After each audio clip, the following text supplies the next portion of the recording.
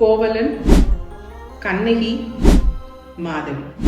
இவங்க கதையில நீங்க யோசிக்காத ஒரு விஷயம் நான் சொல்லவா? கோவலன் ஒரு பணக்காரன், மாதவி ஒரு அழகான நாட்டிய மங்கை. கோவலனுக்கு அப்பதான் கண்ணகியோட திருமணம் ஆயிருக்கு. அவர் ஒரு இடத்துல மாதவியோட ஒரு பெர்ஃபார்மன்ஸ் பார்க்குறாங்க. பார்த்தோன்னே ரொம்ப அட்மையர் ஆகிடுறாங்க.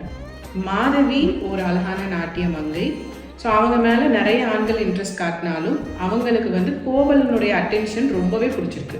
இவங்க 2 பேரோட கனெக்ஷன் ரூட்டட் இன் ஃபிசிக்கல் அட்ராக்ஷனாக இருந்தாலும் இட்ஸ் மியூச்சுவல்.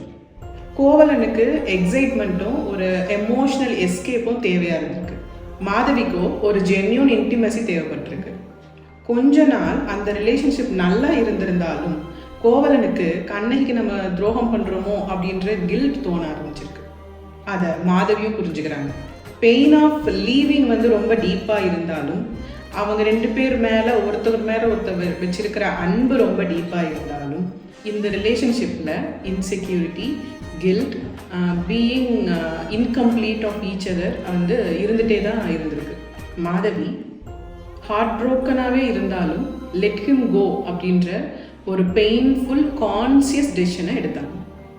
அவங்களுக்கு ஸ்ட்ராங்காக ஒரு விஷயம் தெரிஞ்சிருக்கு, which all of us should no.